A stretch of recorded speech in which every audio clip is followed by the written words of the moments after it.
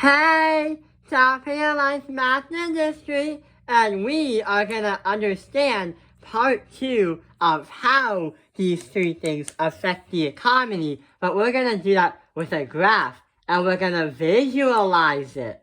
So first we gotta make the graph. So what we're gonna do is make an orange. We're gonna make an XY graph. So right here is going to be the letter R, but a lowercase r. And over here, we're going to put the letter Q, but also put in capital letters LF. The reason why is, if you remembered from the first unit when we did supply and demand, no joke, but even though we're not doing objects, we're using these, and it's the exact same idea, but with funds and returns. So the letter R represents the chances of a higher return. The more up you are on this axis, the more return you get. The Q represents the loanable funds. So basically the amount of loanable funds that the people have. The ones that you're allowed to buy and the ones that the company has to give you back for a return. We still have today a supply curve going up here. And we also have a demand curve going down there. So there are supply and demand with the loanable funds, bonds, and how much stock, and also the returns you get. The middle of the graph is going to represent an equilibrium where the investment is the same as the savings. If you hit the middle, the amount of investing you have and the amount of savings is going to equal the exact same money or close to it. So let's understand the law of supply and the law of demand, but with stocks, savings, and bonds. Let's take a look at supply first. So the supply is going to represent the supply of loanable funds. So this is the amount of funds that you can buy.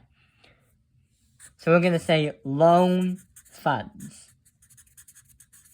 So what it's telling you is, not only it could be loanable funds, but to make this easier to understand, the letter S can also mean savings.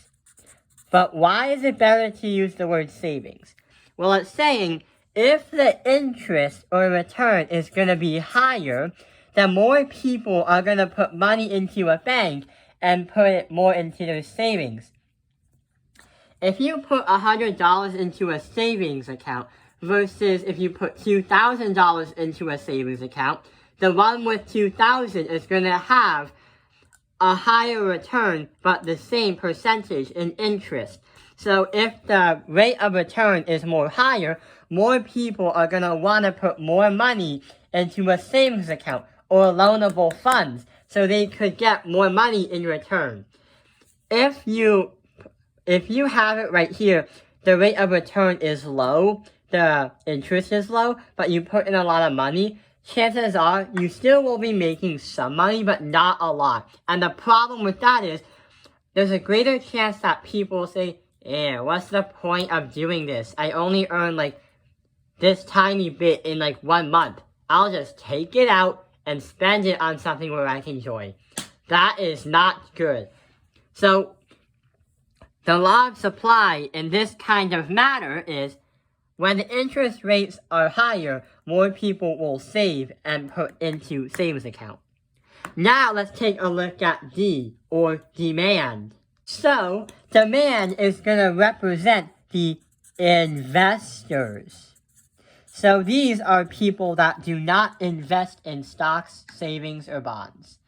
So what it means are the people that run the country in terms of economics. In a capitalist society, we have investors kind of help us run the country with the stock market and also bonds. Investors are the ones that sell the bonds to the citizens. So even though they are not the ones trying to put money into the bonds. The investors give you the bonds to buy. So they are like part of the government, or they are part of the town government, or the company that wants a jumpstart. However, that also comes into an effect. With a lot of demand in terms of this kind of matter, it's going to say when the interest rate or return is high, but also the investors have to give you money back, they're going to decrease the loanable funds and try to make it towards zero because they have to give you return a lot more money. So there's some kind of competition.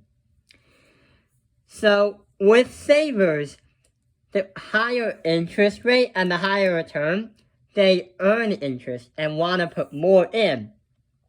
The competition is the investors want a lower interest rate because they want to return the least amount of money they would to help their company or project grow, but not spend a lot of funds on trying to make that return to the citizens. That's why if you put the part on the graph here and your dot is right there, it is saying that the return for investors back to the citizens is very high, so they have to pay a lot more than they had to complete the project. But they don't want to do that as often because the loanable funds that they have to return back is going to be low or they run out of business. When we talk about jump bonds, those are very risky when it comes into a higher rate interest. Picture this. If you want to start a company and you're the investor, do you want to start the company at a higher expense, where it's here, or a lower expense, which is right here, which is a lower percentage? Well, if you want to have your company grow and you don't want expenses kind of bombing and kind of bombarding you, well, you would probably want to start your company right around here because a company is going to grow from small to big at a certain amount of time. And it will grow faster if the expenses are low and there are not a lot of problems with their financial strategy. So it's always good to start a company when the investor interest is low. If you start it up here very, very high, it's a bigger risk. That means if your company fails or if anyone buys bonds to help you, you have to pay a lot more money, eventually causing the business to go into a bankruptcy problem. That means in order to repay the loans, or in order to repay that bonds that someone bought for you to support your company, they also fail. You have to sell your assets and all the stuff like tractors, milkshake machines, ice cream machines, restaurants, whatever kind of businesses, to repay the loan. But if you can't, then you'll have to probably file a lawsuit or make a deal at a lawyer. So that is why starting a company and you're the investor and the interest rate is high is very, very bad. And that's why this happened.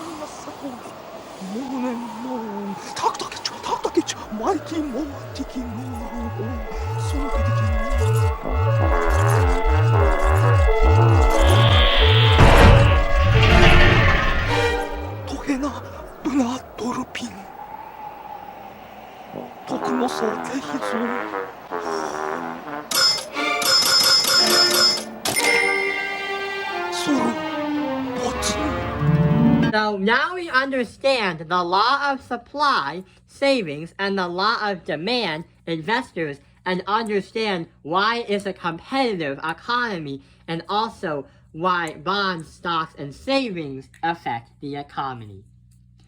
Visually, I hope this video has helped you understand these three things and how it applies to a supply and demand curve. Thank you for watching Top Analyze Math Industry. Like and subscribe.